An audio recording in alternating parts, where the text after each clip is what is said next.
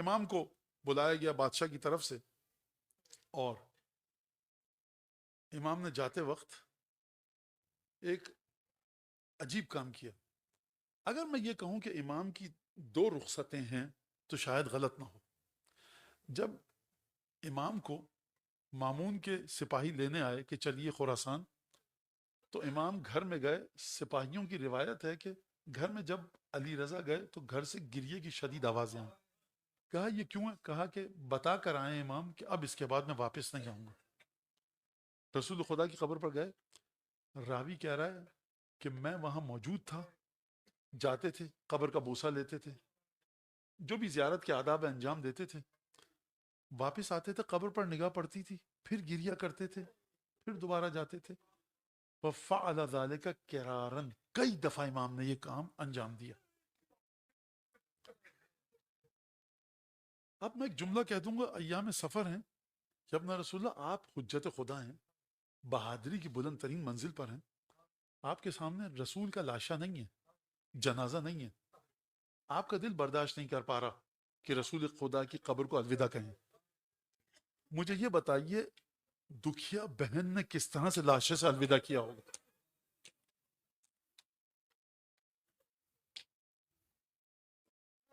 اور اب یہاں پر بادشاہ نے بلایا کہ دربار میں ہمارے ابو الحسن آ جائیں۔ گھر سے باہر نکلے، سر اقدس پر امامہ رکھا، لباس زیب تن کیا۔ ابا سلط ہیروی امام کے خادم ہیں، بے تحاشا حدیث نقل کی۔ کہا ابو سلط دیکھو ہم دربار جا رہے ہیں، اگر واپسی میں نقاب چہرے پر ہو گفتگو مت کرنا، اور اگر چہرہ نقاب نہ ہو اس پر تو گفتگو کر لینا۔ کتنی شباہت ہے اس جملے کی اس جملے سے کہ اسما ہم حجرے میں جا رہے ہیں، جب تک ذکر کی آواز آئے سمجھنا رسول کی بیٹی زندہ ہے۔ امام مامون سے ملنے گئے، انگور رکھے زہرالود، کہا انگور کھائیے، امام نے منع کر دیا۔ جبرن، جبر کیا کیا گیا؟ انگور کھائیے۔ بعض علماء نے لکھا ہے ورنہ میں آپ پر فلاں غلط الزام لگا دوں گا۔ اب یہ مشیت الہی، حکم الہی ہے۔ امام نے 3-4 عدد انگور کے دانے تناول فرمائے اور ایک دفعہ اٹھ کر جانے لگے۔ کہا کہاں جا رہے ہیں؟ کہا جو تو چاہتا تھا تیرا مقصد پورا ہو۔ کہا کچھ اور انگور کھائیے۔ کہا اتنے ہی انگوروں میں تیرا مقصد پورا ہو جائے۔ مامون کے محل سے باہر نکلے، چہرے پر نقاب ڈالی، دق الباب کیا۔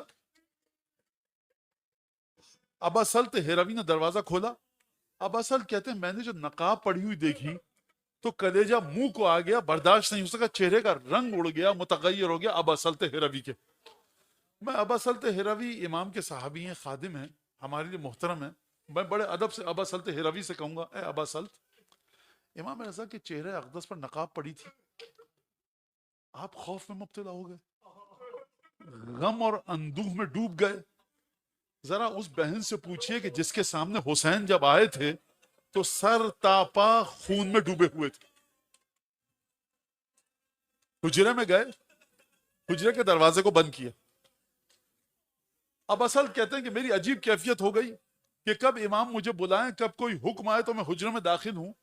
میں نے صدر دروازہ، داخلی دروازے کی کنڈی لگا دی، بند کر دی، قفل کر دیا۔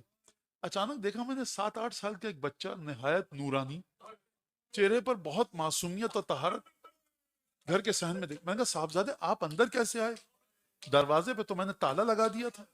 اس بچے نے کہا جو خدا مجھے مدینے سے یہاں لا سکتا ہے وہ دروازے سے بھی مجھے عبور دے سکتا۔ اب اصل سمجھ گئے کہ یہ بچہ کون ہے۔ ایک دفعہ اب یہ بچہ آگے بڑھا اور اس نے آگے جا کر حجرے کا دروازہ کھولا۔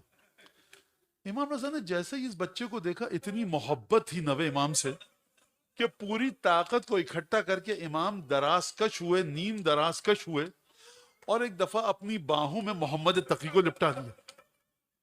میں کہوں گا اے امام رضا آپ کے حکم کی تعمیل کر رہا ہوں، آپ پردیس میں تھے، غربت میں تھے، وطن سے دور تھے، اے امام آپ ہی کا حکم ہے کہ جب بھی کسی پردیسی پر رونا، ہمارے جد حسین پر رونا۔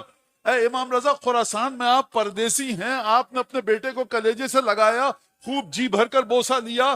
آپ کے جد کی کیفیت یہ تھی کہ جب گھوڑے سے زمین پر گرے تھے تو بیٹا نزدیک نہ تھا. جب آنکھوں کو کھول کر دیکھا تو کسی کے ہاتھ میں تیر تھے، کسی کے ہاتھ میں پتھر تھے، کسی کے ہاتھ میں نیزے تھے. آپ کا بیٹا آپ کی آغوش میں تھا، لیکن حسین ابن علی کا کوئی مددگار نہیں.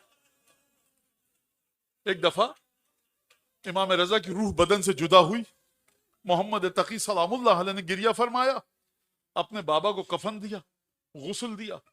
ابا سر نے کہا اے آقا زادے کہ آپ کی مدد کے لیے آؤں. کہا کہ قطن نہیں. معصوم کے جسم کو صرف ہمارا عقیدہ. نماز پڑھائی اور دوبارہ جنازے کو تیار کر کے امام محمد تقی دوبارہ مدینے چلے گئے. میں بس ایک جملہ کہوں، جب امام محمد تقی مدینے میں داخل ہوئے ہوں گے، جانتے ہیں کتنی پھوپیاں ہیں امام تقی علیہ السلام کی؟ 17 پھوپیاں ہیں. جب بتایا ہوگا کہ بابا کو کفن دے کر آ رہا ہوں، بہنوں نے کتنی شدت سے گریہ کیا ہوگا. لیکن 9 امام موجود ہیں. آپ اپنا غم لے کر جاتے ہیں کربلا، نجف، بہت تکلیف میں، آپ کو زری دکھتی ہے امیر المومنین کی، گریہ کرتے ہیں، ماتم کرتے ہیں، دل کا بوجھ ہلکا ہوتا ہے. تو بہنوں نے جب سنا ہوگا کہ امام رضا شہید ہو گئے، گریہ کیا ہوگا، ماتم کیا ہوگا. ایک ایک پھوپھی آئی ہوگی، محمد تقی کو کلیجے سے لگایا ہوگا، امام تقی کے چہرے کو دیکھا ہوگا، سکون آ گیا ہوگا. شاید 1 گھنٹے بعد، شاید 2 گھنٹے بعد، شاید 4 دن بعد. لیکن پھر تاریخ نے نقل نہیں کیا. امام وقت ہے نا امام تقی، دل کو سکون آ گیا ہوگا. ایک ایک پھوپھی کے پاس گئے ہوں گے. جب پھوپھیوں نے شدت سے گریہ کیا ہوگا تو کسی خواتین نے لا کر پانی دیا ہوگا. میں کہوں گا اے امام تقی، آپ بھی اپنے بابا کی زیارت کر کے آئے خراسان سے مدینے، اور سید سجاد نے بھی زیارت کی. لیکن فرق کتنا زیادہ ہے کہ آپ جب اپنی پھوپھیوں کے پاس گئے تو آپ کے گھر کو آگ نہیں لگائی گئی تھی. آپ کی پھوپھیاں ایک خیمے سے دوسرے خیمے میں نہیں تھیں، آپ موجود تھے. لیکن آپ کے جد حسین کی بہنوں کو کوئی تسلی دینے والا نہ تھا. زینب کبریٰ کے ہاتھ رسن بستہ ہیں، رسول کی بیٹیاں ہیں. بغیر ہماری کے کربلا سے کوفہ، کوفہ سے شام کا